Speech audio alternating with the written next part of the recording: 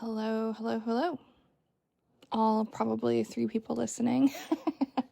What is up, friends? My name is Sabrina Scott, and if you don't know me, I've been a practicing witch, tarot reader, medium, all around spiritual person for more than 20 years now. And it's really weird as I keep getting older. I'm going to have to keep adding numbers to that when I do my little introduction. But what is up? Welcome to the Secrets of a Witch podcast, my brand new experiment in sharing the little bits and bobs in my brain about how to be a badass, how to live a good life, how to overcome trauma, how to gain confidence, how to live boldly, how to love yourself more than anything in the world, and live courageously.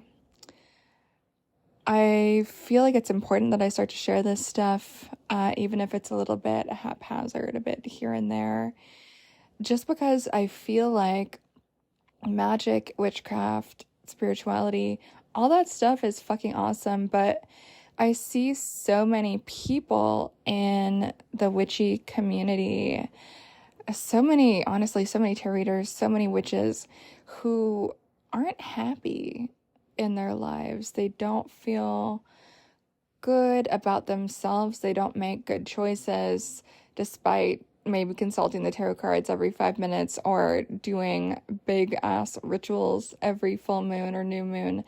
I just see so many folks who still haven't made that much progress in their lives. You know what I mean? And it's something I've been thinking about a lot lately. Why is it that that's true? Why is it that a lot of witchy folks haven't made that much traction in their lives when something like witchcraft and magic ultimately, it connects us with our agency. It connects us with our ability to create change in the world and in our lives. And this is going to sound really terrible, but I do think for some folks it ends up being a form of play acting, which can be okay. Like, we all start somewhere. Like, we all start as newbie witches, newbie magical practitioners. And it does feel like play acting at the beginning, like when you don't really have that much magical skills. You're just doing your best, trying to figure it out. Seeing what feels good, seeing what doesn't feel good. Maybe you're not even sure if this magic thing even works at all. And that's okay. Like, that's not what I'm talking about. I feel like that's a normal, like, beginner vibe. We've all been there, and I don't think that that's a red flag. I think that's just being a newbie, being fresh, being a student. And I think that's beautiful and that's cool. And that's not what I'm talking about. What I'm talking about is people who masquerade as witchy experts or whatever you want to call it, who spiritual teachers, etc., who don't seem that happy with their lives. They don't seem that confident. They're acting wildly insecure. They're starting drama with literally everybody. And to me, that's not very witchy. To me, that's not very empowered. To me, that just shows a massive disconnect from our own personal agency, from our belief in our magic, right? Because I do think that people are behaving in a really unhealed, weird way when we are disconnected from our magic, right? We try to lash out at other people. We try to control the other people. We try to, overcompensate for our own bad feelings, often about ourselves, by starting drama with other people or trying to lash out. I did an Instagram live recently, yesterday actually, and someone popped on and asked, how do I get revenge magically on someone that hurt me? And I don't really recommend that people do that 99% of the time. But I think it's so common in witchy spaces for people to behave that way for some reason.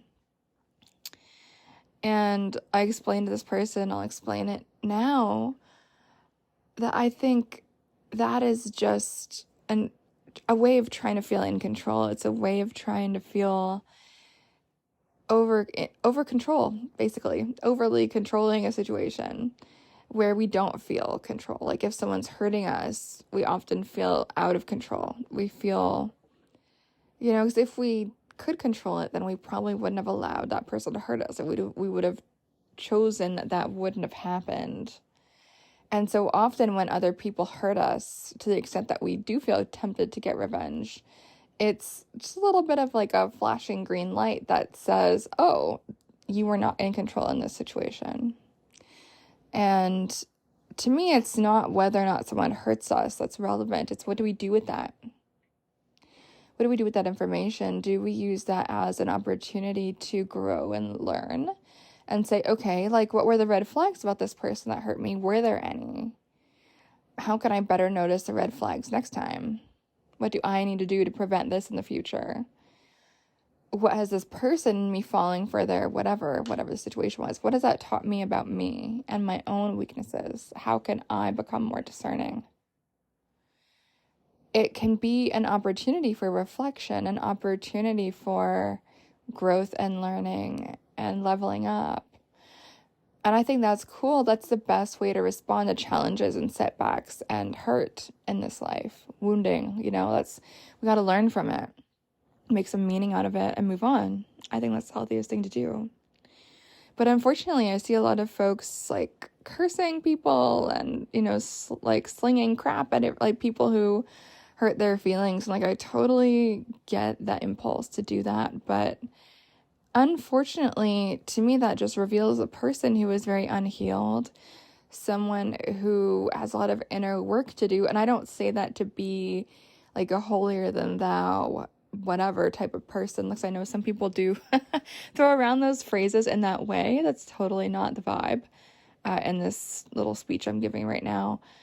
What I'm interested in is, what do we do with that hurt?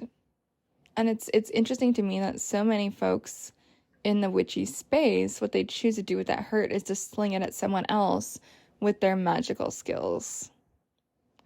And for me, that is not the best way to be working with magic. Like, we can do that. Like, I think there's a few rare circumstances where I think I would be okay with something like that, and I would teach something like that, how to do that type of work, because I do know how to do it. I have done it, but honestly, I can count the times on one hand that I've done it, and I've been through a shit ton of stuff. Usually, I think the better thing to do is just a mundane, like, response, like block, delete, move on. Don't let that person live rent-free in your brain. You know what I mean? Like, why? Why be so fucked up about it? Process it, feel the feelings, learn from it, disconnect from whatever that situation was, and move on. That's all we can really do. It's all we can really do. And so, unfortunately, I see a lot of magical folks, like, without these really important life skills and, this more inner work way of integrating our relationship to magic. And so that's a big part of why I'm starting this podcast, why I'm branching out and starting to create different offerings that are not just 100% about magic or tarot, because I do see the bigger picture, and I think it is about all these different interlocking things. It's not just witchcraft, it's not just magic, it's not just tarot, it's also mindset, it's also personal psychology, it's also healing trauma, it's also, go on. Like, there's so many different things that this involves. And I believe that magic works best when we do have an integrated, holistic approach, And unfortunately, I think a lot of people, even folks who are teaching as spiritual witchy experts, don't have that integrated approach because they have not done that inner work on their own selves in their own lives. And that's a problem because it spills out everywhere. At least that is something I've observed. It's something I'm thinking about a lot these days. And I just don't think that is the vibe. If magic doesn't help you feel more at peace, more calm, happier, then maybe we need to adjust the way that we are engaging in our magical practice. So that's all I have to say for the time being, my beautiful friends. Thank you so much for listening to this brand new DIY, like very lo-fi podcast, Secrets of a Witch by me, Sabrina Scott, spiritual teacher extraordinaire. I've labeled myself that. And if you don't know me, if you're new to my work, I have helped more than 200 students get really good at tarot and magic and learn who they are spiritually. And I have helped many people transform their lives, and that makes me very happy every moment of every day. I have online courses. I am available for consulting, spiritual coaching, tarot readings, and loads more because I do so many things. If you're interested in learning more about me and my work, you can check out my 2 books, Witch Body, which is published by Wiser Books, and my brand new self-published book, Curse and Cure, Magic for Real Life. Thanks so much for listening, and I hope to catch you again on the next episode of Secrets of a Witch. Bye, guys.